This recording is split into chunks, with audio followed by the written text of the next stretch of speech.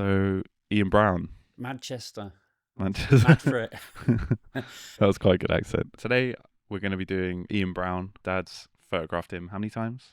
Only the once. Only the once. Okay, but they're great pictures. And I wanted to chat about it. So when did you first hear of Ian Brown? Probably around all the bubblegum pop of the end of the 80s. You had Stock, Aitken and Waterman, Kylie, all that kind of garbage. And then suddenly this video came on Top of the Pops, and it was Fool's Gold. Why is it called bubblegum pop, real quick? It was cynical. They were a kind of a factory that were producing these hits, and they were kind of like a product of the Tories. I don't want to be too hard on them, and I'm not actually political. I'm a centrist, really, but there was a degree of cynicism in their output. So they would get people like Kylie Minogue or Jason Donovan, who already had a degree of fame, and then work with them to produce pop music, which to then market this content to the masses. You know, lack soul. But you think Ian Brown is definitely not bubblegum pop? No, Ian Brown was in contrast to that. Yeah. Ian Brown was a kind of precursor to something that was coming, but he was ahead of everybody else. I mean, the Stone Roses. Without the Stone Roses, you don't have Oasis. You don't have the Verve. Big take there. Well, I think most people would agree with that. Liam Gallagher only started Oasis because he admired Ian Brown and he wanted to do the same thing. Okay. I think he said that. It was the first time I'd ever seen anything like it, and I just come away and I thought, I want a bit of that, I want to be into that, I could do that. Top of the Pops, you saw them, you fell in love. Yeah, I mean, I love James Brown, and they used the James Brown funky drummer beat, and they took it somewhere else, and it was a precursor. It kind of mixed in a bit of acid house. It was a sort of it was prescient. It sort of indicated something that was coming, something on the horizon. When did you get the opportunity to shoot him?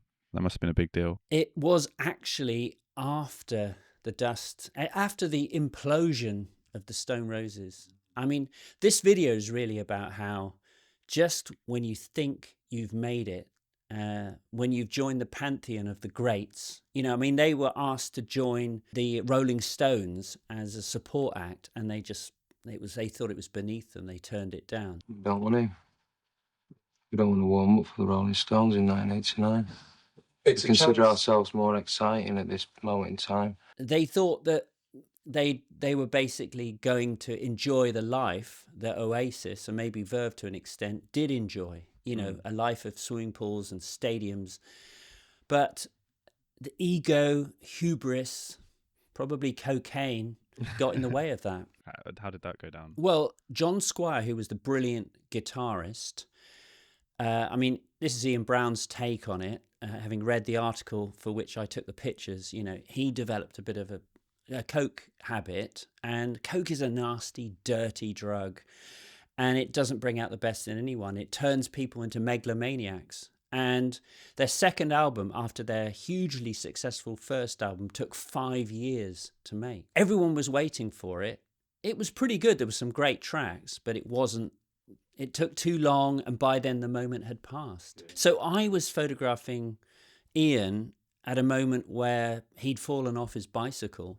It was in a high-rise council flat in North Manchester that was owned by his then manager. Yeah, so for our American viewers, that's like public housing. Yeah, that's the projects, I guess. And there were rails of clothing, like they'd made an effort. Okay. They'd got a stylist. I just remember, thinking, this is Ian Brown. This is a sort of incongruous kind of place that I wouldn't associate with somebody who's already a kind of icon of pop music. Do you think he came across humbled, or he's subsequently gone on to be a bit of a vaccine denier and a kind of I don't know, who knows the truth of these things. He's deep in paranoia. And actually the thing that he was promoting, the project that he'd made, Unfinished Monkey Business, I think it was called, was all about space and kind of his theories, which were quite out there even back then, and he's sort of ridden that horse into much more kind of the outreaches of ideas that we would regard as within the Overton window. Convoluted. Yeah. I mean, he's quite out there now. Yeah. He did actually headline Glastonbury after I photographed him. So he did have more moments in the sun. There's weight to his name for sure. Absolutely. But I think it's interesting with John Squire, the guitarist, you know, he started the Seahorses and went off on his own. And Manny, the brilliant bassist, went to join Primal Scream. People can check out our video, our Primal Scream video. He was kind of, his project, this beautiful, you know, wonderful pearl that had been created, the Stone Roses, that moment was gone. And so he was recreating himself. And I think as a creative person, that's what you have to do. And that's what I did, you know, because the wheels fell off my kind of, not due to anything I did, but printed media, as I keep saying, my refrain, is in terminal decline. So you have to reinvent yourself. So first I started doing books, and then maybe this YouTube channel became my way of finding my way back into the spotlight. We've had a few comments saying you're throwing away your photography career. This man's never going to get another photographic job, like airing everything out on YouTube and stuff like that. Have you got anything to say to them? I think that's actually an interesting take, but it's not something that really applies to me. You know, I'm 60. You know, I don't really care. I mean, the thing about it is that also I think we've entered a new paradigm. And I did sort of have this conversation with my agents, and they've subsequently agreed with me. But at the time, it was an argument, and I was saying it's really important that when I started, you had to preserve this mystique.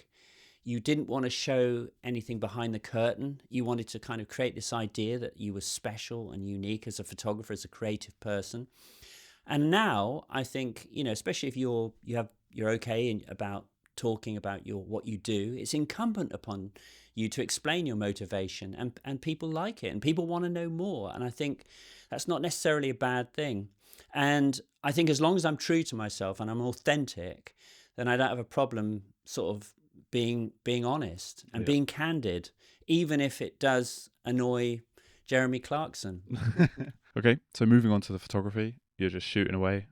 Yeah, shot it all on I think it was all shot on medium format. I'll check, we'll put the contacts up. The picture that was used in the tear sheet, big, is actually like a live picture. It's sort of backlit with a redhead, but it's shot on medium format, so it's got that quality.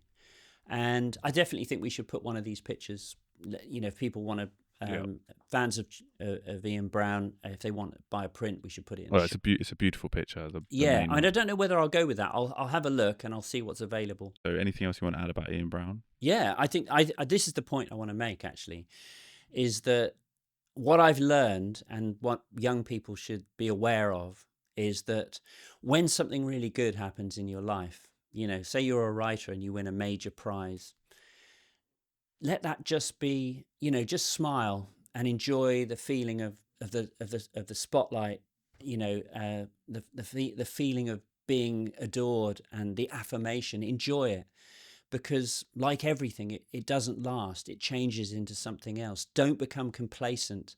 Don't convince yourself that you've reached your destination, because this is such a cliche, but basically life is about the journey. It's not about reaching a destination. And you'll never, I'm sure, you know, just as what we've talked, I mean, I think I talked about it in the Tony Blair video, you know, 1 minute you're kind of cock of the north, and the next minute is, I think it's Piers Morgan said, you're a feather duster.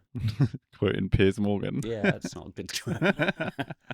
But it's true. I mean, I thought, you know, I made it as a photographer. I made money doing what I love to do.